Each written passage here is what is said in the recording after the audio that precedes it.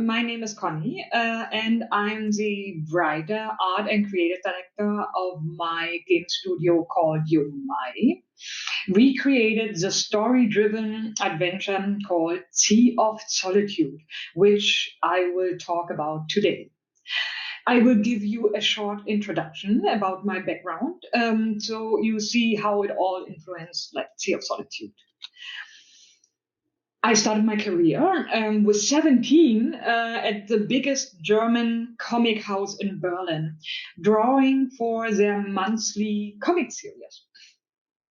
As I have loved video games since I was a child, as soon as the first Games Academy opened up in Berlin, my chosen hometown, I applied and successfully got an internship and became a game designer. I work mainly as an art director in the games industry up until I founded my own company, Yomai, together with Boris Monza, one of my best friends. Sea of Solitude is our first multiple platform title, the first big 3D game we made, and the first story driven game. We are so proud that we finished it at all with like the small 12 people team we had been back then. Our vision was when humans get too lonely, they turn into monsters. And first, I want to show you how that looks like. Is this real?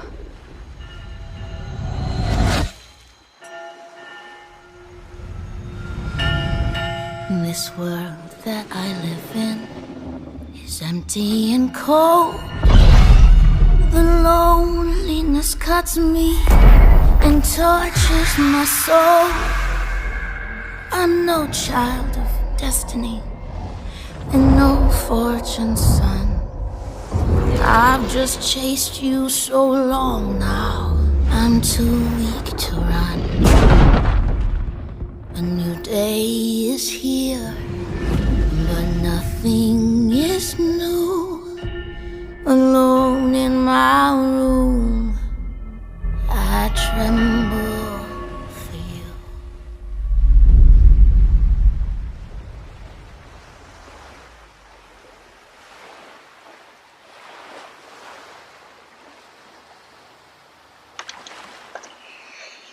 So, today I will talk about the art direction of Sea of Solitude in depth. I will often use the acronym like SOS. So just so you know, I don't cry out for help when I say that.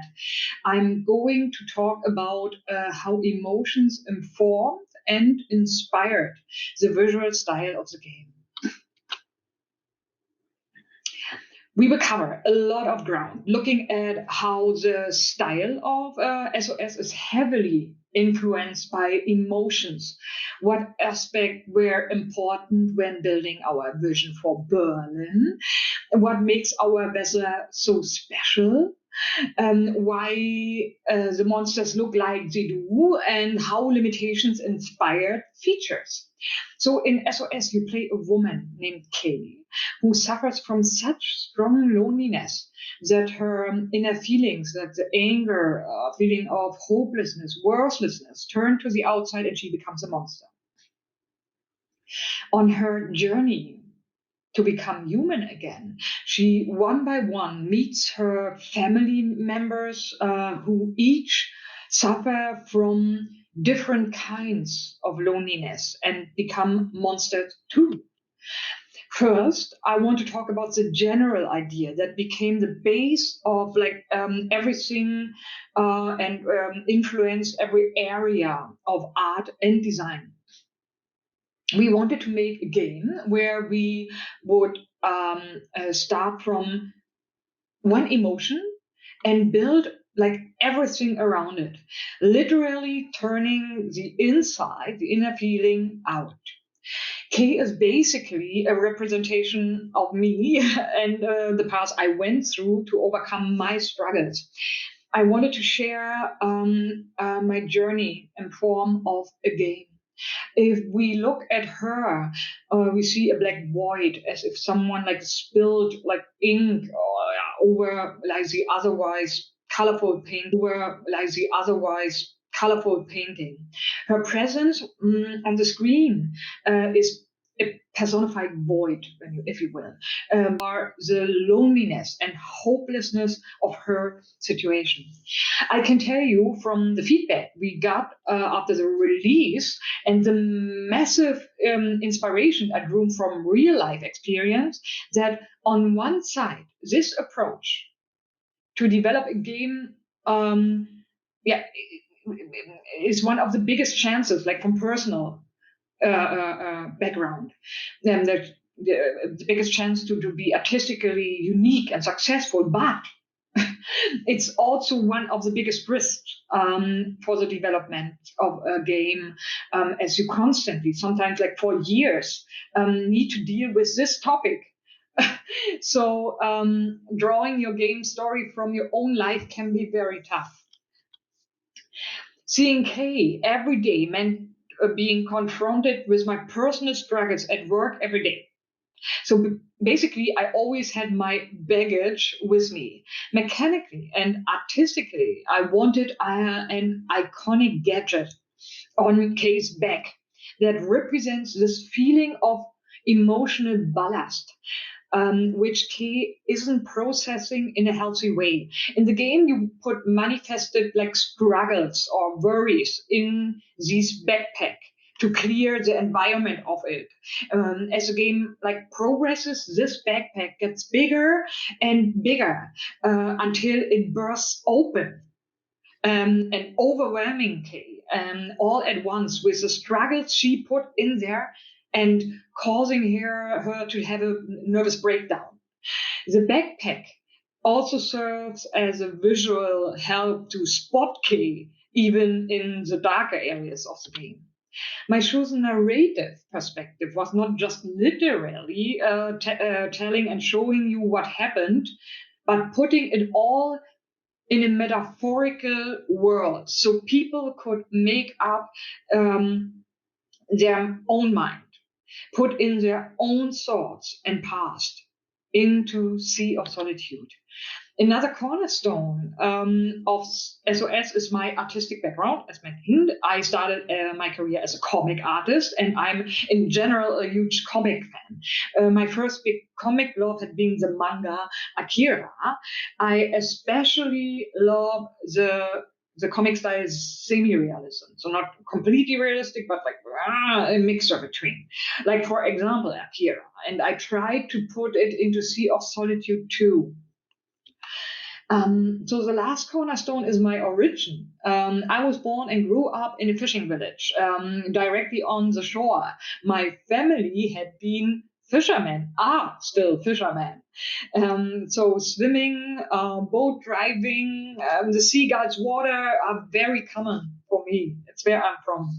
Those points, the metaphorical narrative perspective of my personal story, partly my professional background and the love for comics and me growing up directly on the shore had been the base for all artistic decisions. Let's start with the environment art. The story of Sea of Solitude plays out in Kay's mind. That means that what she goes through in real life, we see through her inner eyes. For the setting I choose, Berlin, the city where I live now for 20 years already. I tried to make a more romanticized version of Berlin. For example, like the Japanese artists portray Germany often, like in Ghibli movies, like Kiki's Delivery Service here as an example. So we partly took original places from Berlin and remodeled it for Sea of Solitude. One example is the above ground subway station called Bülowstraße. Here is the in-game version, you see. And here is the original in-game original. Um, we reduced the detail like to a minimum necessary to fit our style, but still kept the most prominent details to keep it recognizable. The overboarding feeling Kay has throughout the majority of the game is isolation, and that she is desperate to try and connect with people. With these basic emotions of her, I decided that the city should look like should look as empty as possible. No, nearly no sign of life above the water. Like even plants are missing. I didn't want to show a post-apocalyptic setting, which would have washed out the metaphorical meaning. So it's a normal, modern, clean city. It's just empty, as if the people just vanished from one second to the next. What we did so was putting everywhere on the ground sand to enhance the feeling of an ocean. So here you can see some signs of disruption in the far corner. So only the outer circle of the city looks like this. The further away you get from the center of the mind of K and of the city, the houses begin to like vanish or like crumble down and they begin to sink into the ocean and are crooked, and even the streets and trains are damaged, if you will. Throughout the prototyping phase, we encountered an interesting challenge. Berlin's houses include like rooftops and walls they are like problematic for interesting level design compared, for example, to New York City. If you look at it here, like the houses in Berlin have rather like clean design, and like nothing beside balconies stick out of the walls like very much. No ACs or outer fire escapes, and we Germans rarely put advertising posters on top of buildings or something. So all of these things that are often seen on American households are missing in Berlin. So on top of these design issues, we Germans grew up with um, a ton of American media, like be it movies, music, comics, like it almost feels like home to us because we're constantly like having it in the media, how America looks like and what they are doing. So so it almost feels like home, but it isn't our home. So it took us quite a while to create an explorable gameplay, like explorable architecture that still looks like somehow like Berlin. So we basically extruded like everything more than it is in reality. Here are like some examples, like this flat to typical Berlin house wall. So if we extruded it, so light and shadow display would be a bit more intense, so that depth, but also most important that the house walls and the rooftops become explorable pathways. So the constant, I'm sorry for the image here, the constant urge to put in American architecture had been quite big. But we soon saw that even when we accidentally put just one detail, like the typical iconic American rooftop water tanks, which you see on the right, suddenly our complete effort to portray a European city had been destroyed. So another basic design rule for me is less is more. To achieve distinctivity of solitude environment art, I tried to design it with as few like details as possible. But still, like every detail needed in there to make the architecture believable. For me, to make architecture believable, the most important aspect to get it to feel right is to understand its function and to include the aspects that are needed to put and hold it into the place where it meant to be. So a tiny example is like the balcony railings. The metal plate that is tied to the wall with the boltings to hold like the construction in place is something that I wanted the artist to add, this little thing. While other parts, like decoration aspects, could be reduced to a minimum. We applied we applied everything I said to circa to exactly 159 unique buildings. At least 90 of these buildings were used at least twice or up to 4 times revisited, like twice or up to 4 times within the whole game, which made the design of the city and the polishing so challenging, with only one 3D artist beside me, one extra 3D artist, and the two level designers. So, and I explain now more in detail. We come now to the biggest topic of the whole production: water. So I love games very much where I constantly roam in the same environment. So it is more memorable. Like it starts feeling like home, like Resident Evil or Dark Souls or Gone Home are like some examples. So when I did the first level design sketches, I tried to apply what I call the spaghetti level design. So you come back um, always to the same area again, or often to the same area again, so different perspectives. In our case, the different perspectives are like rising and lowering the water level. So it was a key to that, and it also became one of the most unique features for the SOS art, art wise, but also like gameplay. The water is like the biggest symbol we have in the game. You're literally walking or swimming through a flooded world, and this flooded world is like flooded by the main character's tears. So her very own ocean of tears. From the very beginning, I wanted to the water to feel like cozy as possible, like clear, as if you look into a swimming pool, but even without realistic like refraction, so that you sense that it is no real water, but might have a different meaning. The clearness combined with the spaghetti level design let you see areas underwater, the water surface that you like later in the game will have access to. Here are some crappy examples, some examples of the water settings that we could adjust, like wave speed or wave height, foam color, foam distortion, the fog underwater. Like we could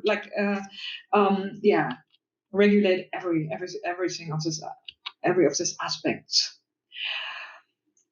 The key design rule I gave to my environment artist was I want the SOS environment to look like a holiday destination with many islands and gentle beaches. It took us a while to find the right like angle and color of the rooftops, so they are really giving you that beach feeling while still looking like rooftops. Like a lot of rooftops normally are like this in Berlin, and we have like to find the angle that it almost look like the beach, but still like the Berlin rooftops. It was really a challenge, but interesting. Those aspects combined, like the clear water, the spaghetti level design, and the beach feeling of the rooftops, are one of the key elements of the distinctive environment art of Sea of Solitude. I knew we had several heavy topics we talked about in SOS, so I felt like giving the game a light-hearted visual appeal as often as possible was really important and essential, that it's that we don't flood the player with negative feelings all the time from all angles, like everywhere. So this is was really important to me to achieve that light-hearted feeling to compensate for the happy topics. We have a strong color palette to compensate for the happy topics. We have a strong color palette with many different weathers. So the weather is also affected by her mood and connected to her mood. So from very early on, it became clear that the sunny weather that represents the feeling of positivity and adventurousness needs to be present as often as possible. When we made the first roadmap of color schemes based on the emotion Kay is going through in the game, there was way too much darkness. I remember how playtesting made us almost feel like depressed as the sad story and the sad color scheme over a long period was just way too much. So I started to try to give the negative weathers, like the rainy weather, for example, where that huge underwater creature is lurking, a more positive white of colors, especially for the water. I try to give the water the look less scary. I try to make it look like less scary by making it appear to glow from the depth. I made the background fog lighter than the fog close by. And I gave it a bit more purple and blue as it would have initially. Yeah, it was important to put it in to help calm the tense feeling. So in the second level, I wanted to portray the heated situation between the parents of Kay, the boiling, suppressed anger of them both, of the parents. It was clear red was the main color of choice here. But same as in the rainy weather, we needed to mix some more calming colors, such as yellow and brown, into the scene. The glowing effect of the water, being able to see far and clear what's going on beneath the water surface, was important again to fight against the too intense feeling of the story portrayed in that level. It was really important that we added it.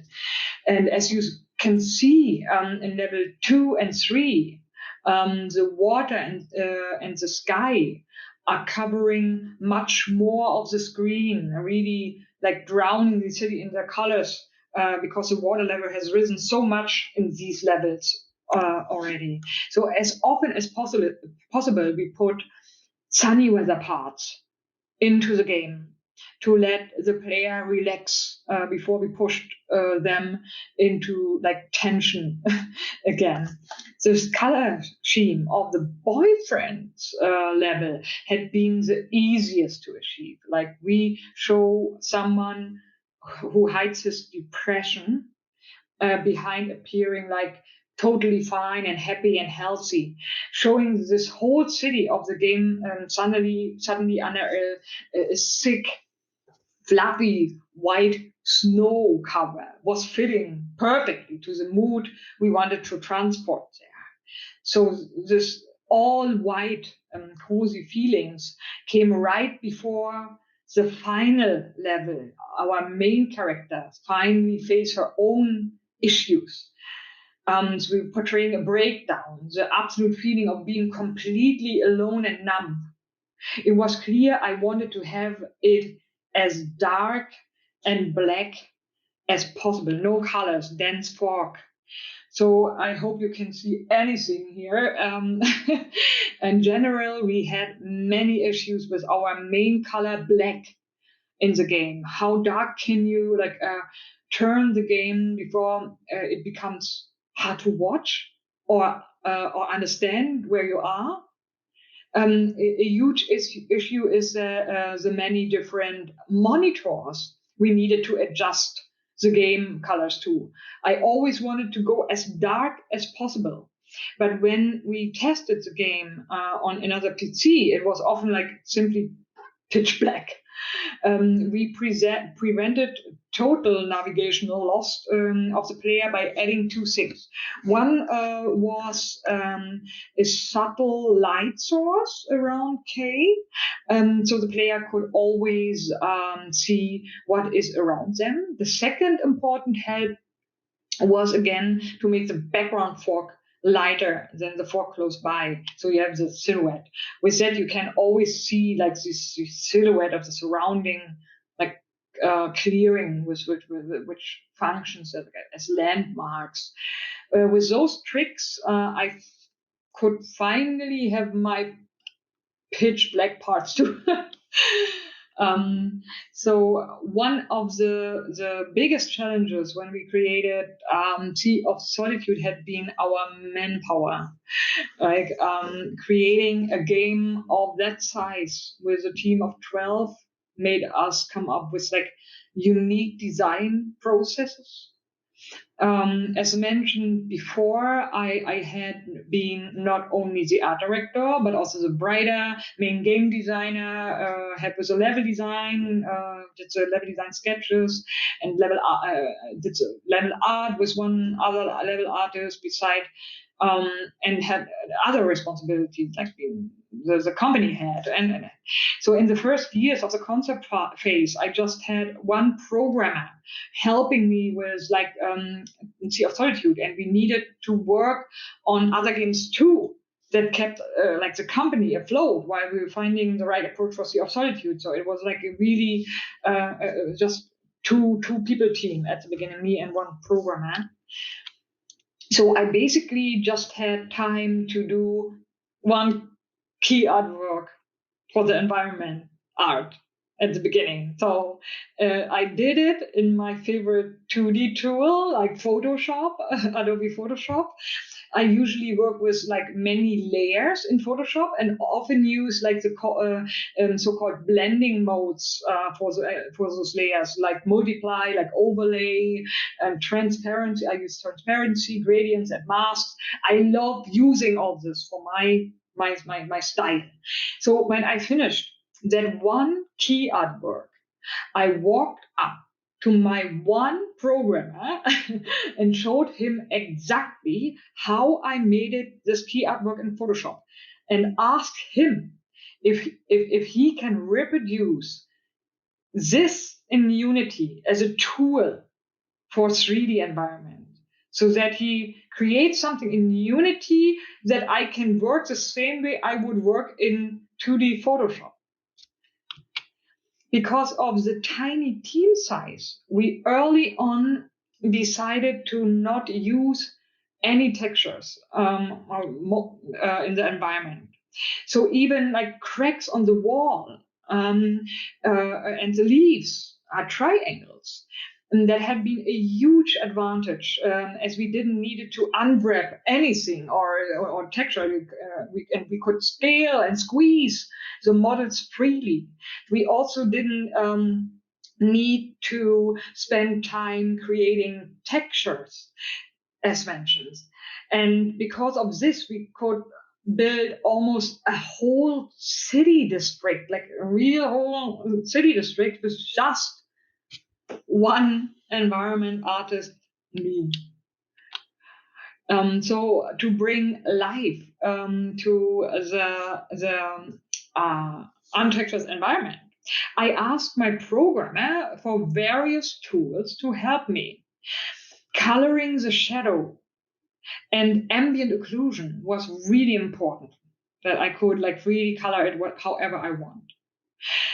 We also misused the specular component of the materials in Unity and used just slightly different colors within this specular gradient. So when you move through the world of SOS, this effect brings more life into the world without you really noticing it. It makes SOS look less blunt. That was a really cool step. I feel. um, so I used the gradient in Photoshop to create like distance fog and also ground fog, like for this concept art I did. So the specialty in SOS had been that I needed fog over and under water, but the fog over water shouldn't affect the everything underwater and vice versa. So our programmer, Dirk, step by step built me a weather system tool in Unity where I could almost use the same workflow I had in Photoshop. With that, I didn't need to spend time painting artworks, but could directly build a one-to-one example for my whole team where they didn't need to interpret my drawings, but could see like the final product and use that as a blueprint for everything they needed to create in Sea of Solitude. So remember, we were only 12 people. We need to iterate fast. And if you do the same, I advise you to build tools that makes you as flexible as possible. So that brings me to the second biggest art direction aspect next to the environment art, the monster design. In general, we have two different types of monsters in SOS. K's monsters and the monsters of the family of K. All of them are based on the human behind it, mixed with the biggest emotion they have. These aspects manifest into their monster form. So, when I did the very first sketch of monsters in Sea of Solitude, I sat down in front of a blank paper and I imagined like how I would feel like when I'm at the absolute lowest point, like angry and sad. So I rather scratched like over the paper and then drawing like anything particular, but and a black ball of lines like came out of this session. So I started to bring like this basic idea of how manifested anger and sadness could look like into a human form. While doing so, the wild lines turn slowly into a feathery fur. Um, then I imagined that in order to still go on in life, not giving up, even though you go through all these hardships, you need to still have a flame of hope like burning inside you. So I drew this monster with monsters with a red orange light like shining from the inside out through their mouths and through their eyes. This is the base of all monsters you encounter in the game. A black appearance with red shining eyes and mouths. A short comment before I go deeper into the family monster designs. This the stories and the story about the parents and about the brother are not taken from my life. I have no brother, and my parents are now happily married for over 40 years. 40 years. So those stories are inspired by colleagues and friends. The brother monster had been the first family monster I did a concept art of. The brother gets bullied in school by his former friends, and he suffers from harsh self-doubt, like unsure for a long time if he is a problem in this whole issue. So the longer he is in the situation, the stronger his bullies are harassing him. The first of the strongest emotion he has is like this urge to just want to fly away from this situation, like the birds he used to watch through the school windows during lessons. This is why his monster version appears like a huge bird, in particular a raven mixed with a human body. He is constantly surrounded by his own weather, which reflects his emotions too. The second emotion next to the urge to fly away is fear to be seen. He wants to hide because his bullies start harassing him as soon as they see him. So I created a thick fog around him, almost colorless, where he hides inside. His water is special as it is the only one where you can instantly die. As mentioned before, the water stands for the ocean of tears, desperation, sadness. So his emotional state is already so bad that we decided to make his water deadly. When Kay falls into that, like water, hands like of the bullies obstruct, grab her and drown her. The father of Kay is pondering for a long time already to want to leave his wife, as they married rather early in their life and just grew apart. They tried over many years to fix the marriage, but sometimes it just didn't work out. And the longer they tried, the unhealthier the whole situation became. As he, the father, struggles to openly tell his wife what he feels, situation became. As he, the father, struggles to openly tell his wife what he feels and rather avoid confrontation through his monster version as a big chameleon mixed with a human. I wanted to show with little details like that he is still wearing his wedding ring, even as a monster, that he loves his family. We encounter him first on the skyscraper where his office is. I wanted that the building looks almost destroyed. The father monster and the mother monster fighting for a long while already. She tried to get him out of this skyscrapers, and with this, she destroyed it almost. Also, I designed the interior of the building, or I had the idea for the design of the interior building as rather empty and cold. Same as the father feels.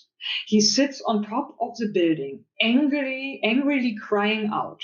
His screams produce steam streams that comes out of every vent inside the skyscrapers and pushes Kay, the player, away.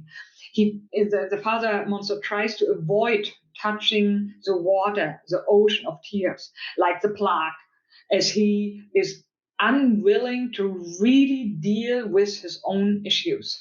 He can't even swim.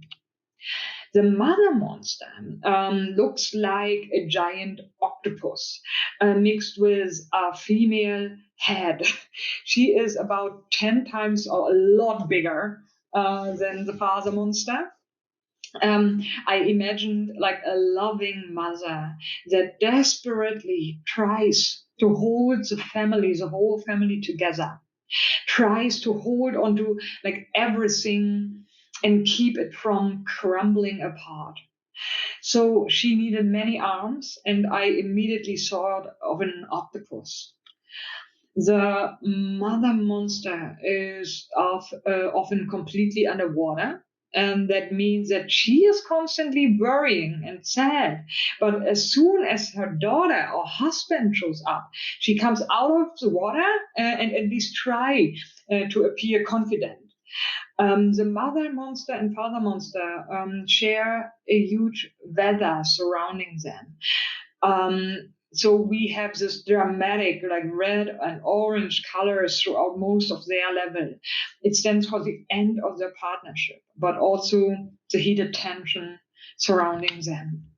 The water level is much higher than in the brothers level beforehand. as both, like the mother and the father, suffer from a profound loneliness within their relationship that affects the whole family, including their children. The final argument those two have in the destroyed version of the home in the game, it looks like a bombed crater. I hope you can see that in the concept. When the player comes to the home at first, it's still intact. And it's also the only place next to the end of the game where you see plants and vegetation in general. It stands for that Kay feels most healthy there at her home. So she can see the life which she can't throughout most of the game. She can see it there. The monster, the boyfriend monster, is the most unique one of all family monsters. Kay's boyfriend suffers from depression, but tries to appear fine to the outside. He is doing it pretty well until he falls in love with Kay and is finally forced to open up about his struggles. So when we meet the boyfriend monster first, he appears like a shiny white wolf, like white lone wolf. Throughout the whole development of Sea of Solitude, I educated myself about mental health a lot, but also about metaphors, symbols, and so on. The lone wolf is a typical symbol for a man that tends to act independently and spend more time alone than in groups. It is not only him I portray shiny and white. In his level, the whole Berlin district where SOS takes place is snowed in. He is like really, really good at camouflaging his real feelings. So he put the whole game under a cozy white snow layer.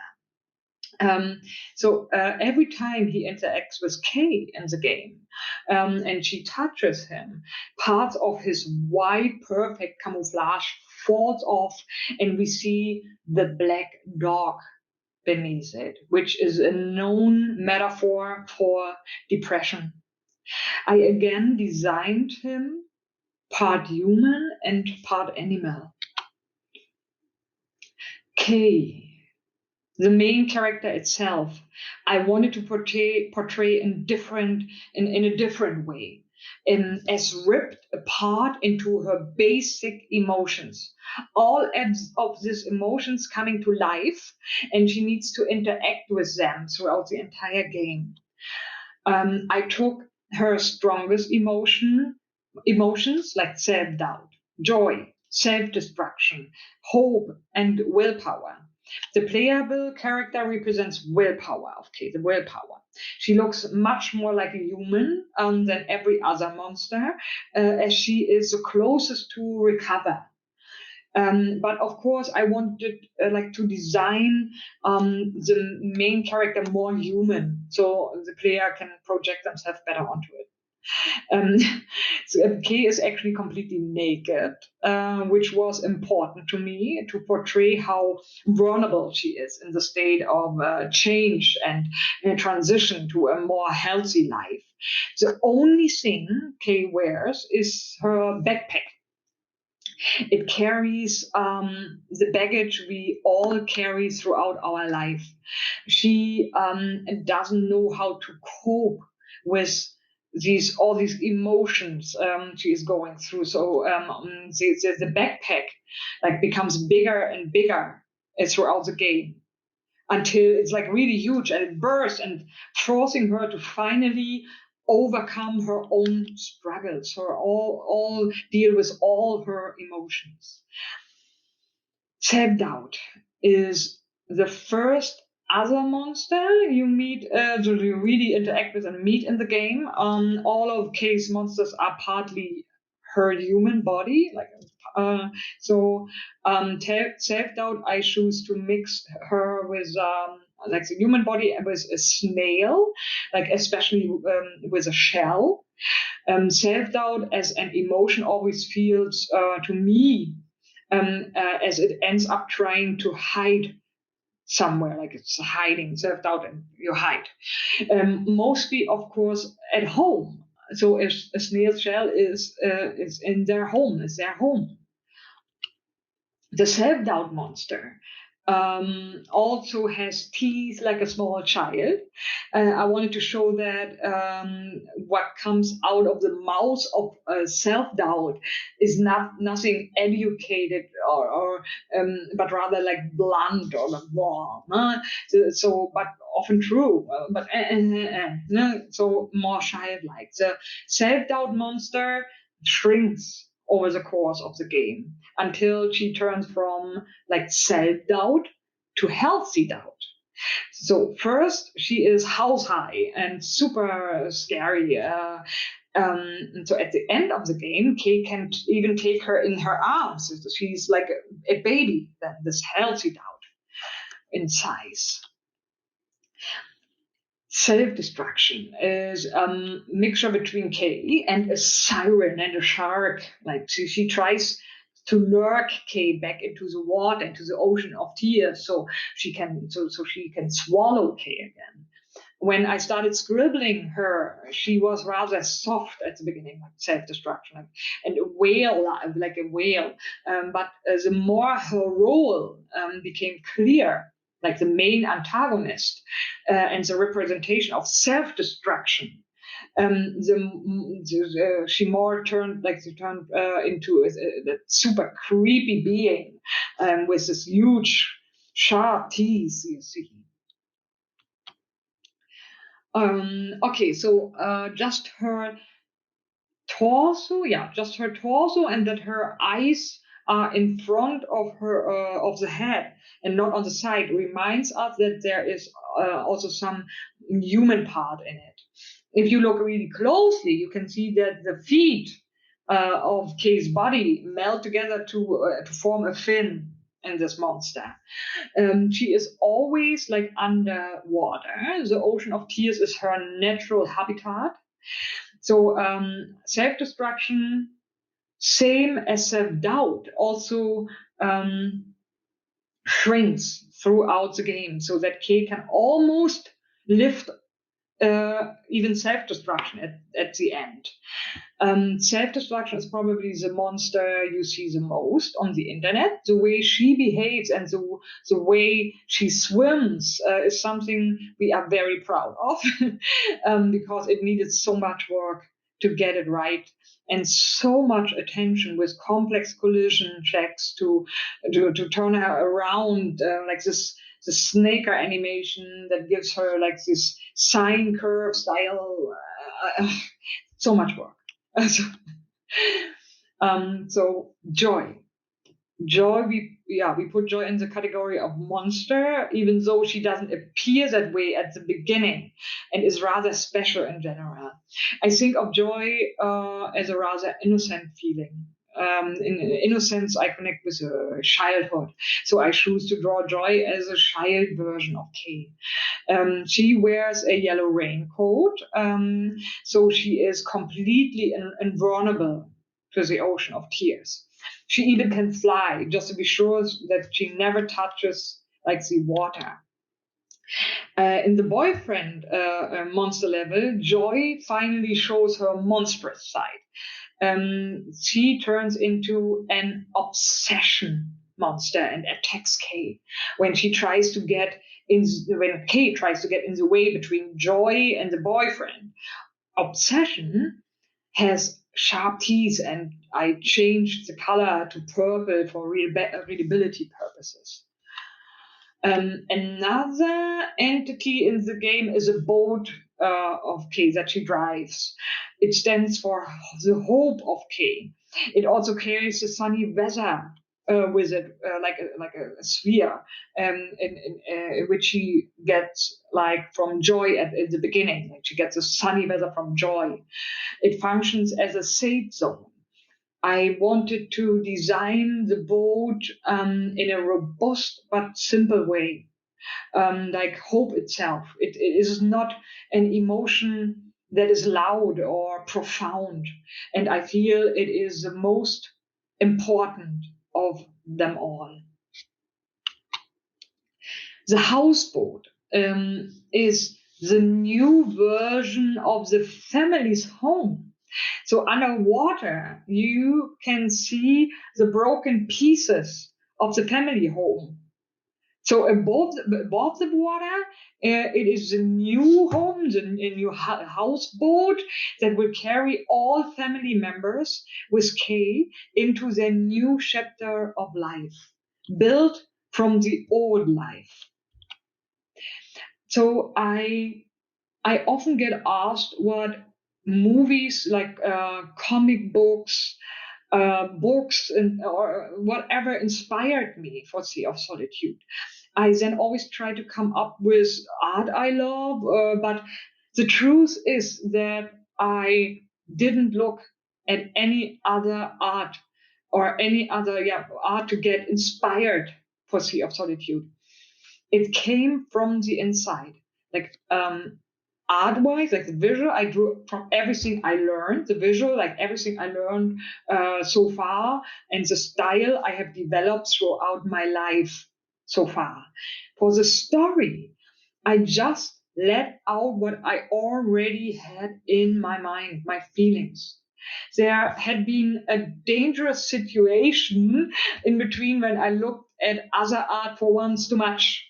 When The Last Guardian, the game The Last Guardian came out, I was so excited about it that I almost studied like this design of Trico, of this huge animal in the game. At the same time, back then, I was still designing the monsters of SOS.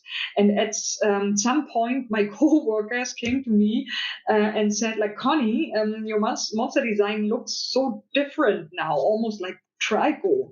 It was like a little bit like a shock, as I didn't realize this until the moment they told me about it. Like, gladly, I still could revert the damage back then I have done. So what I learned through the whole production of SOS, be it for the art, the story, or every creative process, draw from what is inside you. Then it will have the biggest chance to be unique. Adore others' art, but be careful to not adapt it accidentally. I stopped looking at others' art too much at some point.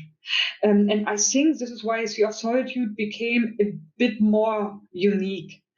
From now on, I will always follow the path of first looking inside me, take the strongest emotion or thought I have at the point in my life, and use that as a base for the art or the games I want to create. This way, it will likely have the have personality and will be unique. And I think that is the key we all the artists out there want to achieve. Thank you.